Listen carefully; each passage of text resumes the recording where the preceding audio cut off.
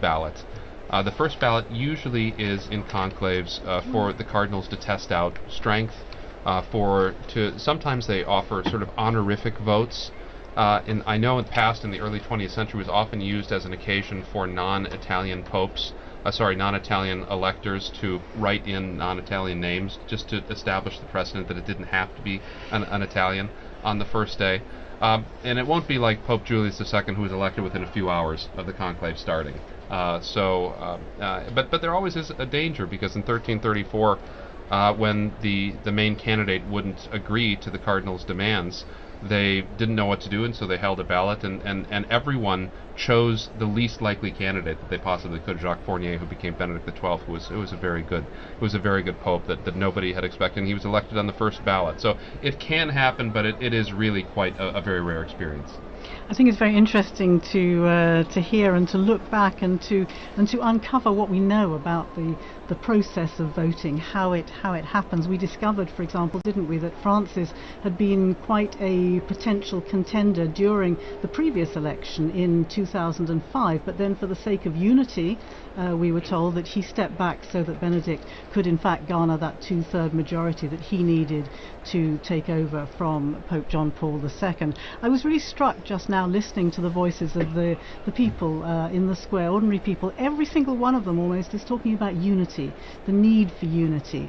And I think this question of how long the conclave goes on for is seen very much as an important signal regarding the unity of the Church, because the longer it goes on for, clearly the cardinals are unable to decide on the kind of man they want to lead the Church, and therefore I think there's a certain pressure mounting day by day, or vote by vote even, to try and show, in a particularly polarized world that we're living in at the moment, where people are so deeply divided, to have a real show of unity on the part of the Church leaders. I think that's going to be weighing most heavily on a lot of those cardinals' minds at the moment. And Philippa, you have a strong focus on ecumenism, and as a member of the Church of England, you've done a lot of work with the question of Christian unity. The Pope, from the Catholic point of view, is of course the center of unity, and that's been the focus of a lot of ecumenical discussions. How does that play out in the overarching Christian world, as the Pope intended to be a center of unity, but also a focus of contention with the relationships between Catholic and non-Catholic communities? Well, I mentioned earlier the moment that Pope Francis came out onto the balcony describing himself as the Bishop of Rome, and what a strong signal that was to other Christian leaders about his role, not trying to describe himself as Supreme Pontiff or use some of these other titles that can be quite alienating, but describe himself as the primus inter pares, in a sense, the first among equals of the bishops, and therefore this title Bishop of Rome was very significant, together with the other kind of signals that he gave early on in his pontificate.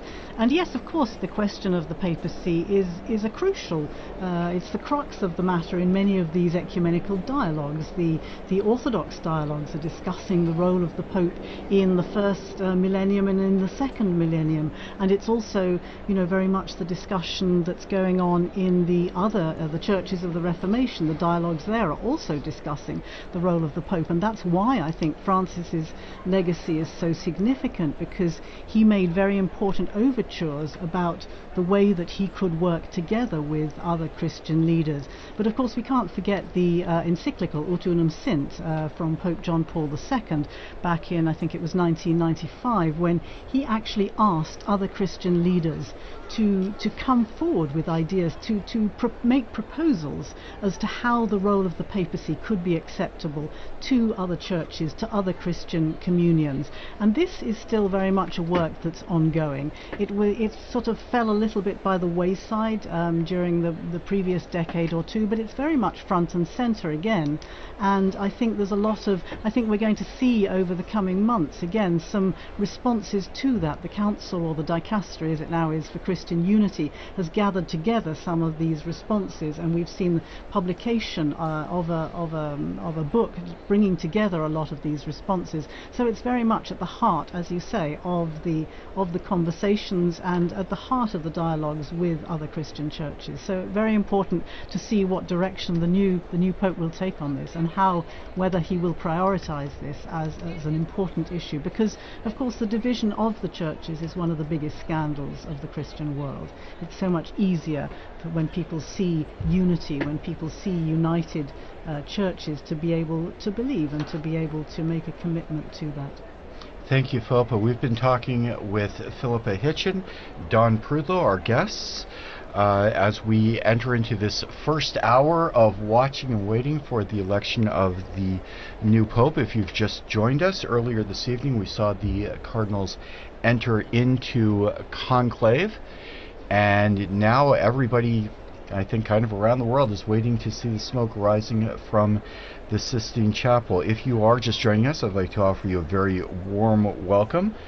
Also, a thank you to all of our television partners and radio partners, especially EWTN TV, Catholic Faith Network in America, Shalom World Television's Network USA, Atmadarshan TV, Catholic TV, Madha TV India, and UCTV, Uganda Catholic Television. Also radio partners Luminous Radio and Radio Katipunan in the Philippines. Welcome to all of you. My name is Christopher Wells, and I'm joined here with my colleague Linda Bordoni, and our guest. And our guest, our most prestigious guests, Philippa Hitchen and Professor Prudlow. But I do suggest a tiny musical break as we continue to watch the sunset.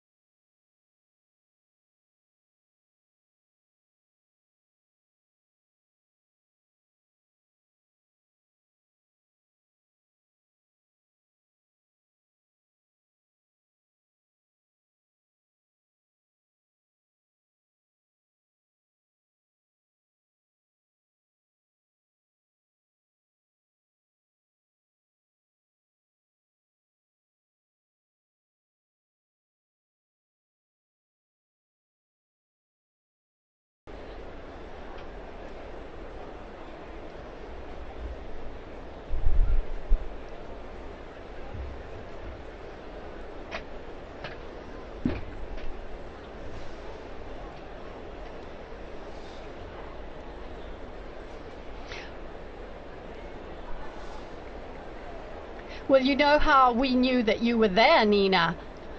Leo, my son Leo, saw you on Instagram in the square.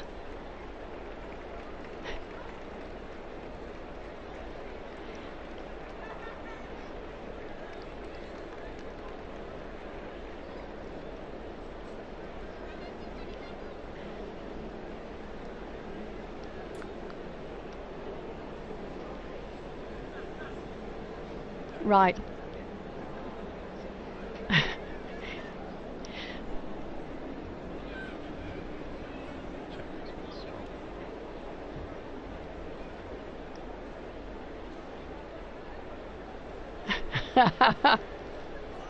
A chimney and a seagull, yes.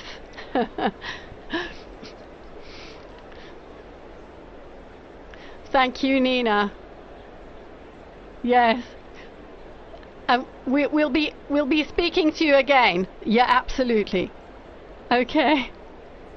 Thank you. Bye-bye. Bye-bye.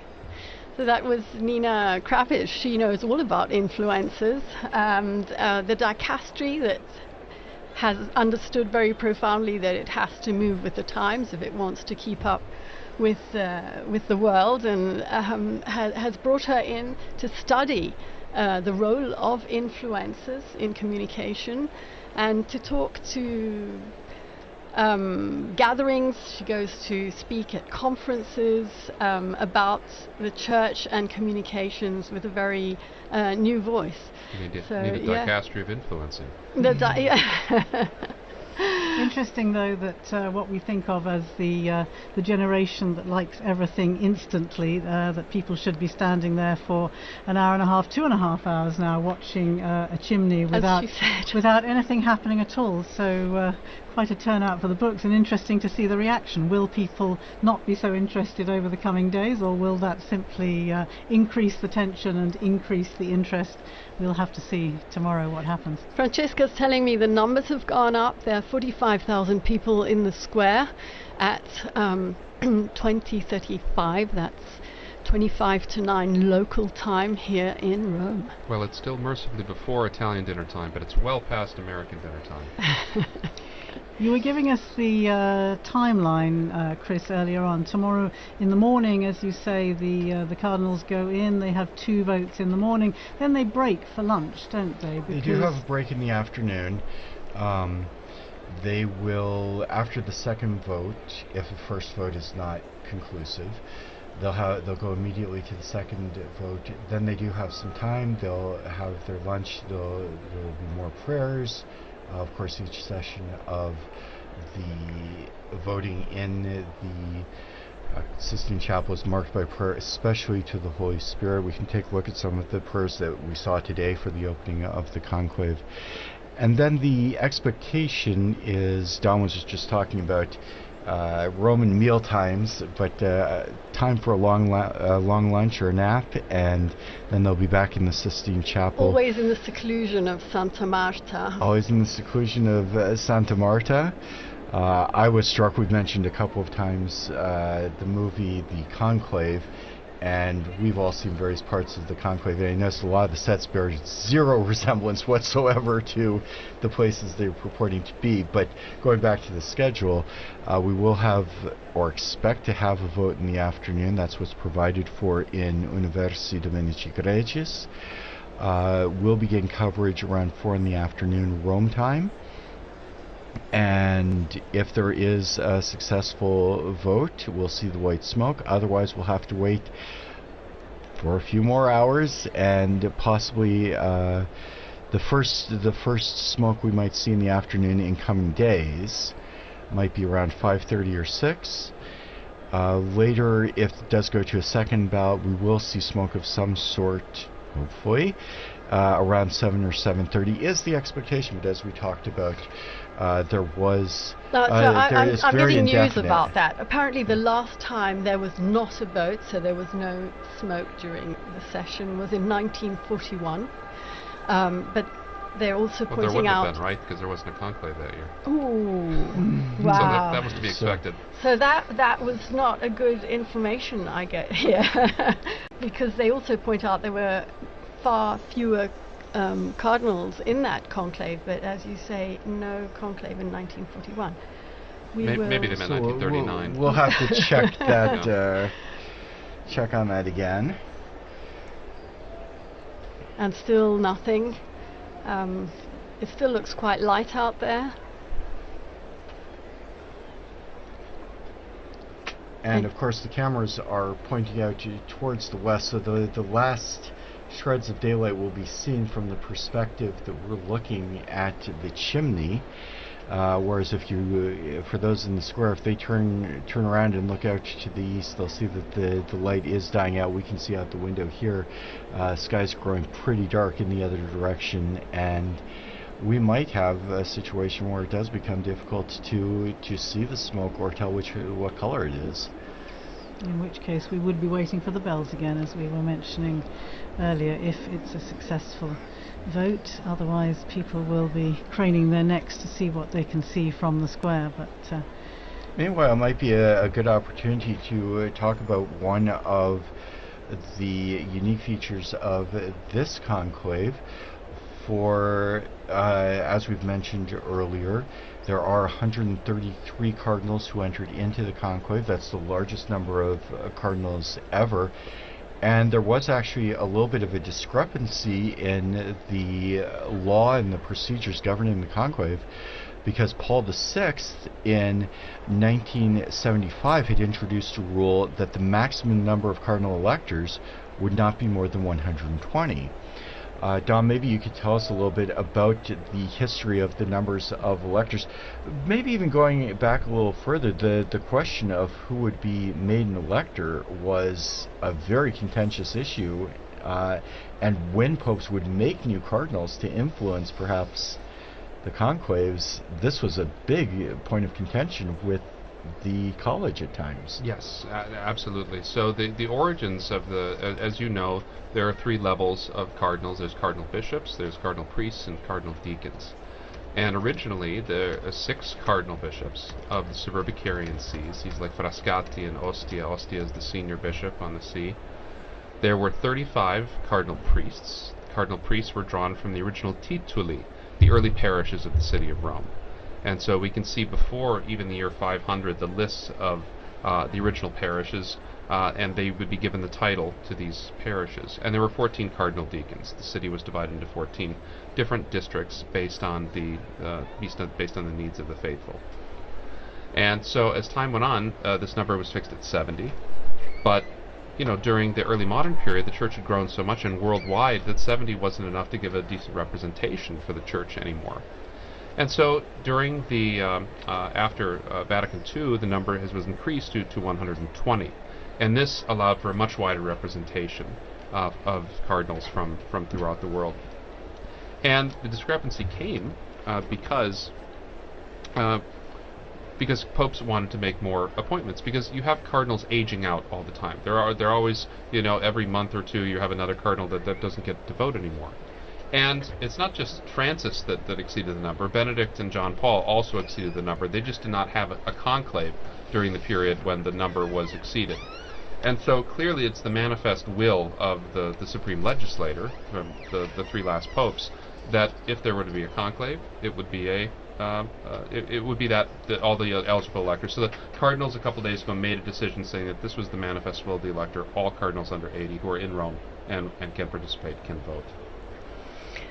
Joining us now in studio, we have Joseph Tulloch, our very own Joseph Tulloch from the English section.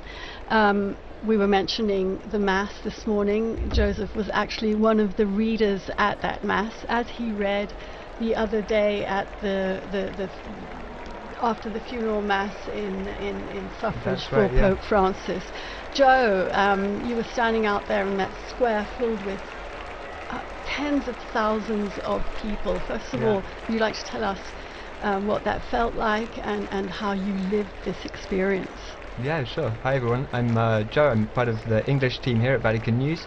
And what Linda's talking about there is, so I was reading this morning, but before that I had the chance to read at the second, what they call Novem Diales Mass, so the second Mass basically in memory of Pope Francis. It was really nice. It was a really great opportunity to say goodbye to the Pope, that was right after the death, and we were still really missing him. So that was a really great opportunity. There's about 200,000 people showed up for that mass. I think some of them had been planning to come. There was supposed to be the canonization of Carlo Acutis on that day, and so there was lots of young people who were already going to be in Rome. But what was nice was they were clearly happy to be there for the mass that they had to go to instead, which was the second memorial mass for the Pope. There's lots of cheering. They really, there was really. Sorry, I thought I saw a flash of smoke there, but it was just a seagull's wing, I think. Right. Very disappointing. Yeah, so that was a really great opportunity. And then this morning too, that was the Missa pro Eligendo, so the mass for the election of the Pope, and it's basically this opportunity for the cardinals to come together, and together with the people of God, lots of ordinary Catholics and perhaps some non-Catholics gathered in the Basilica with them to pray and to invoke the Holy Spirit on this conclave process. So really nice. I did, to be honest, when I've been here now at Vatican News for about 2.5 years, and I always imagined that the conclave would be this period where I'd be doing so much journalism and going around and reporting on everything, and in the end I've just read a lot of masses. But that's nice as well, and I've really... You've been working hard as well, writing that's true as well. And what reading did you do this morning? So it was a reading, putting me on the spot, it was from, I think, the prophet Isaiah, and really nice reading about, I think it's the one that has... the Spirit of the Lord is upon me, He has appointed me to preach the good word to the poor, something like that. So the kind of a reading coming out of this prophetic tradition in the Old Testament, and of course the readings are picked, I assume, with kind of the idea of reminding the cardinals of what they're looking for in a pope. So somebody who will have the poor in mind. I think I'm getting the reading right. It's funny actually, when you're there reading, you're so focused on saying the words right that you're not even thinking about what it means. So I may have misremembered what the reading was. No, I think you're remembering rightly. That it was focused on the characteristics that a new pope should hopefully have. So absolutely. Joe is going to be in studio with us again in these coming days as we await the smoke, unless at this point it could be white. Who knows? Who knows? Who knows? So that's right. I'm going to be joining on Friday morning. If, of course, we could very well have a new pope by then, because by then there will have been there'll be 9 ballots between now and Friday morning. So there's 1 ballot this evening, and then there'll be 4 tomorrow. And so it's quite possible to have a new pope by Friday morning, but if not, you'll be able to listen to me and my wonderful colleague Francesca Merlo, who's producing today, but she'll be joining me in the studio on Friday morning. If we don't have a pope by then, who knows? Yes, thank you here to Francesca Merlo and to Mario Scatton, who are both working on the other side of the window here in this Vatican Radio studio. We've been talking a bit about all that's happened between the funeral and the general congregations leading up to this conclave. Perhaps we could just take a brief look at actually what happens. We've talked about the Pope coming out onto the balcony, the first acclamation by the people of Rome and so on, but then we have to look forward also to the installation, the inauguration of the new papal ministry. Perhaps we could talk a little bit about what happens then, remembering past occasions. It's usually about a week, isn't it, between the announcement, between the successful outcome of the conclave. Well, first of all, all the delegations that are going to be here in Rome for that ceremony have to get here, so it can't be immediately afterwards. There are some technical times that have to be respected, so even should the Pope be elected on Friday, it couldn't be on Sunday. It would just be too early, although on Sunday he could probably do his first Angelus address. Yes, absolutely. And we have to remember that if he's a bishop already, and all the cardinals in there, and most of the cardinals are bishops, that he becomes Pope the moment he accepts. When the cardinal asks him, do you accept the canonical election as Roman Pontiff, and he says yes, he's the Pope. And so the installation Mass is, it's not a formality, it's a very important moment that he inaugurates his Petrine ministry. But he becomes Pope with full authority at that moment. And then the inauguration, I remember being at the inauguration in 2013 and being up on the colonnade. That was a great privilege. I love doing that. And you see, because then you allow people just for the funeral too, like when they have the delay, you want the dignitaries to be able to come, and they will come. I mean, as we've seen it, I mean, the world pays attention to what happens in the city, and that's critical. But there's a whole set of ceremonies that go along with the new pope, right? That culminate really after the installation mass with the actual possessio, the taking possession of his cathedral at St. John Lateran, which I was also present for when Pope Francis took charge of his cathedral. And so this is a wonderful series of events that makes fuller the meaning of what's happening in the Sistine Chapel right now. Pope Francis particularly wanted his inauguration, if I remember correctly, to be on the feast day of St. Joseph, isn't that right? And that, of course, became, again, a bit of a theme during the pontificate. We learnt that he had the statue of the sleeping Joseph that he would keep on his bedside table there in Santa Marta. Had a particular significance for him, didn't it? And he inserted the name of Joseph in every Mass that was said throughout the world. So this a great devotion to St. Joseph, to St. Joseph in his feast days, as patron of the Universal Church, but also as a patron of workers and as a patron of Christian fathers. It was very important to him, for sure.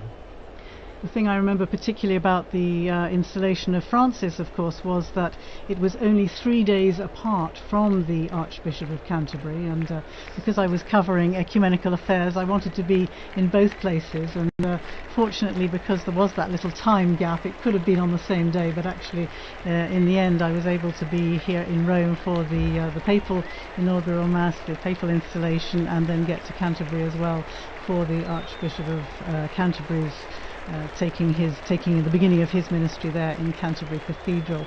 And there was a nice, when Francis died, there was a nice little tribute from Justin Welby, no longer of course the Archbishop of Canterbury, but there was a nice tribute in which he talks about his first meeting with Pope Francis, and he was ushered into these, extraordinarily elaborate and baroque surroundings in the apostolic palace, and feeling a little bit intimidated anyway, and he sits down, and the Pope begins by saying, I'm senior to you, as you know, and of course his kind of heart sunk, and he thought, well, this kind of wasn't the tone I was expecting. And then the Pope looks up and jokes and goes, by 3 days only.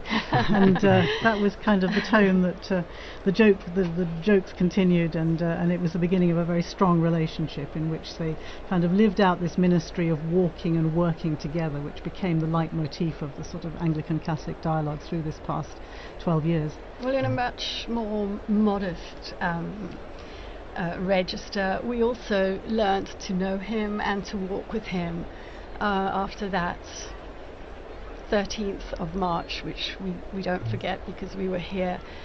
We didn't know who Bergoglio was, and very slowly we began to understand him. He went to Lampedusa, as you mentioned, his very first journey abroad, after having said that he didn't really want to travel.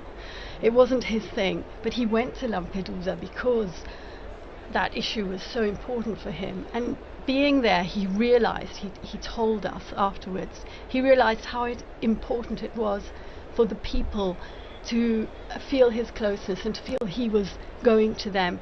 And he ended up undertaking 48 apostolic journeys abroad, as well as many others within Italy. Joe was on his last apostolic journey abroad to Belgium. Penultimate, because the last one was to Corsica. Exactly. But you went to Belgium. That's right. Yeah. So there was a very quick one to Corsica where he came back, and I think within the day, exactly. But before that, the longest kind of traditional papal journey, the last traditional papal journey was the one he did to Luxembourg and Belgium. I was with the Pope for the stop he did in Belgium, and it was an interesting papal journey because it came right after this huge one that lasted several weeks across a couple of countries in Asia. So 4 countries. 4 countries in Asia. Asia and Oceania. Yeah, and there'd been some, for instance, he'd been in East Timor, where something crazy like 70% or 60% of the population turned up for a mass he celebrated, and these incredible scenes. And I think it's the most Catholic country in the world, with the possible exception of Vatican City. No, I think it's more Catholic than the Vatican City. Okay. That's what the Vatican officials quit. But Right. And so he'd just come back from that, and then he came to Belgium, which is obviously a fairly secular country. It's a country that's been really marked by the sexual abuse crisis, which is something that's happened in the church all over the world, but it was particularly bad in Belgium. And so it's a country where there's also, on a level, there's some also distrust, I think you can say, towards the church. And so it was a very interesting papal journey for that reason. The Pope did a couple of things. So he met with survivors of sexual abuse, and that was a closed-door meeting, so there were no journalists there. We don't know exactly what was said, but there were some interviews afterwards with some of the survivors who said that he really listened to them, and they felt moved by that. And he also visited some universities. So Belgium is home to two famous Catholic universities. I'm going to butcher the pronunciation. One is, I think, Leuven, and one is Louvain, and one is Dutch-speaking or Flemish-speaking. The other one is French-speaking, and they're two very historic, very prestigious Catholic universities, and the Pope visited both of them. There was, if I remember rightly, there was at Leuven, the Flemish Dutch-speaking one. He kind of had an exchange with the professors, and then what was interesting was afterwards when he came to Louvain, it was more a dialogue with the students. But on both kind of occasions, he was doing what we really came to expect from Pope Francis, which was this dialogue, kind of talking to people, even people who disagreed with him. I remember there was some when the students were talking to him, as well as they agreed with a lot of what he said, and then they were pointing out some points where they disagreed, and that was really typical of Pope Francis as well, this desire to talk to people, even people that didn't agree with him. Absolutely. And so it was kind of it was a classic Francis trip in that way.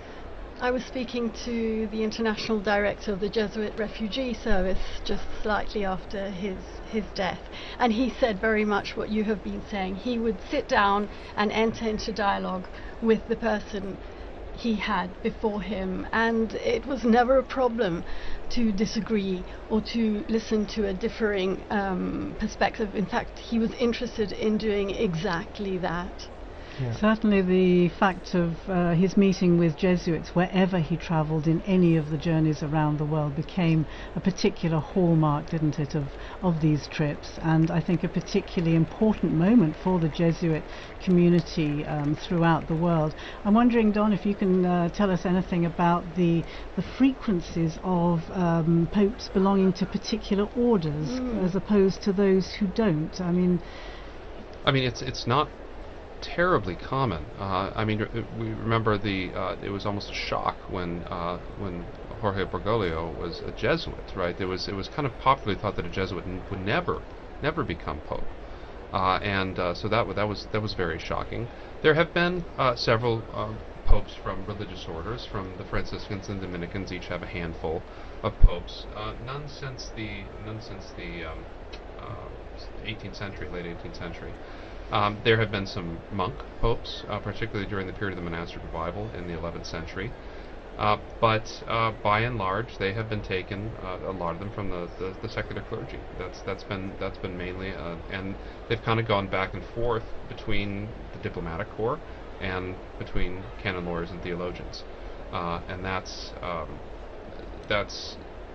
been pretty much the case. There hasn't been too much of a... Well, there is always, I would say, about 15% of representation in the College of Cardinals come from religious orders. They do not often get elected to the